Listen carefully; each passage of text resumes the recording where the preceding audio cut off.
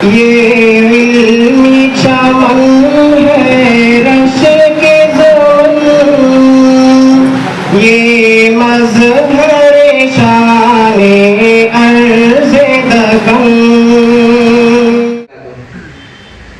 نحمده ونصلي على رسوله الكريم أما بعد أعوذ بالله من الشيطان الرجيم اقرأ باسم ربك الذي خلق صدق الله العظيم۔ معزز علماء کرام اور سامعین اعظام، علم ایک پائیدار دولت ہے جسے کبھی زوال نہیں۔ دنیا کی ہر چیز فانی ہے، ہر کمال کو زوال ہے، ہر آباد کے لیے بربادی ہے، ہر بہار کے لیے خزاں ہے، ہر نور کے بعد تاریکی ہے۔ غرض یہ کہ عالم مشاہدات کی ہر چیز میں کمی بیشی ہوتی رہتی ہے، لیکن علم وہ دولت ہے جو لٹتی نہیں، خرچ کرنے سے کبھی گھٹتی نہیں۔ سامعین بس، علم ہی وہ دولت ہے جو حضرت انسان کو فرشتوں سے بھی بڑھ کر کر دیتی ہے۔ وَعَلَّمَ آدَمَ الْأَسْمَاءَ كُلَّهَا ثُمَّ عَرَضَهُمْ عَلَى الْمَلَائِكَةِ۔ علم دین ہی وہ دولت ہے جو انسان کو نسخہ حیات عطا کرتی ہے۔ عَلَّمَ الْإِنسَانَ مَا لَمْ يَعْلَمْ۔ علم دین ہی وہ دولت ہے جو انسان کو ظلمات کی گہرائیوں سے نکال کر انوار سے منور دنیا کی سیر کراتی ہے۔ قُلْ هَلْ يَسْتَوِي الَّذِينَ يَعْلَمُونَ وَالَّذِينَ لَا يَعْلَمُونَ۔ علم دین ہی وہ دولت ہے جو انسان کو جو اہل علم کو تقوی جیسی عظیم نعمت سے بہرور کرتی ہے۔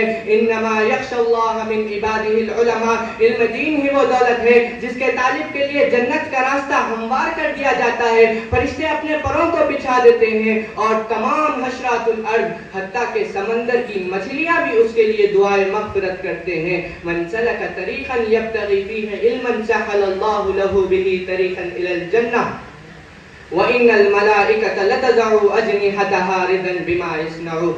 مختصراً یہ کہ علم دین ہی وہ عظیم سرمایہ حیات ہے کہ جس کی بنا پر دنیاوی و اخروی ہر طرح کا فضل و کمال حاصل ہوتا ہے۔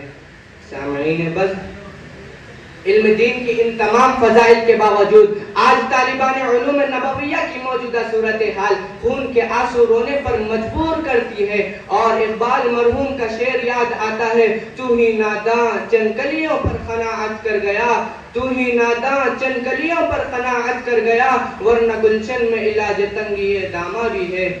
آج طالبان علوم نبویہ میں اگر ایک طرف علم کی روح مطالعے سے بے رغبتی ہے تو وہیں دوسری طرف استماع درس میں لاپرواہی بھی ان پر غالب ہے۔ اگر ایک طرف تکرار و مراجعات کا رجحان ختم ہو رہا ہے تو وہیں دوسری طرف کتب بینی سے بیزاری بڑھتی جا رہی ہے۔ اگر ایک طرف نیتوں میں فساد پیدا ہو رہا ہے تو وہیں دوسری طرف محنت سے دوری اختیار کی جا رہی ہے۔ اگر ایک طرف انابت اللہ کا فقدان ہے تو وہیں دوسری طرف ان کی آہ سحرگاہی غارت ہو رہی ہے۔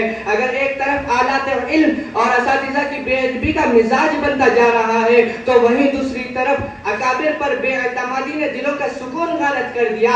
آج کا طالب علم گناہوں کا عادی ہو گیا، فلم و سیریل بینی کا خوکر ہو گیا، ہوٹل بازی عام ہو گئی، دوستوں کے لامتناہی سلسلے میں الجھ کر رہ گیا، دوہر پڑھ کر نکتہ چینی کرنے کا عادی ہو گیا۔ مغربیت اور جدیدیت نے ان کے ذہنوں میں خلجان پیدا کر دیا۔ Mobile phone, WhatsApp, Facebook اور انسٹاگرام جیسے تباہ کن امراض سے محبت کرنے لگا۔ تحقیقات کے لیے اساتذہ اور کتابوں کے بجائے مفتی گوگل اور مفتی یوٹیوب سے رجوع کرنے لگا۔ اساتذہ کی نصیحتوں کو افسانے سمجھنے لگا اور بد نظری، بدنگاہی اور میوزک سے اس کو سکون محسوس ہونے لگا۔ تو پھر رب ذوالجلال نے بھی علم کے نور سے اس کو کوسوں دور کر دیا، کیونکہ فَإِنَّ الْعِلْمَ نُورٌ مِّنْ إِلَٰهِ وَنُورُ اللَّهِ لَا يُعْطَىٰ لِعَاصٍ۔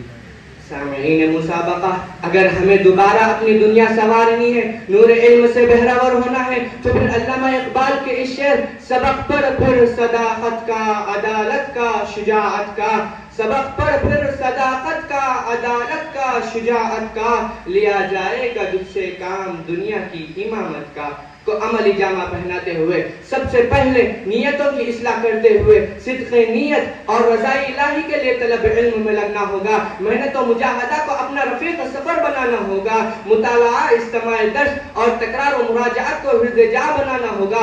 فلم بینی، میوزک اور تمام گناہوں سے کلی اجتناب کرنا ہوگا۔ غلط صحبتوں کو ترک کر کے اچھے ہمدرد منتخب کرنا ہوگا۔ دوستیوں میں وقت برباد کرنے سے مکمل اجتناب کرنا ہوگا۔ اپنی راتوں کو آہ سحرگاہی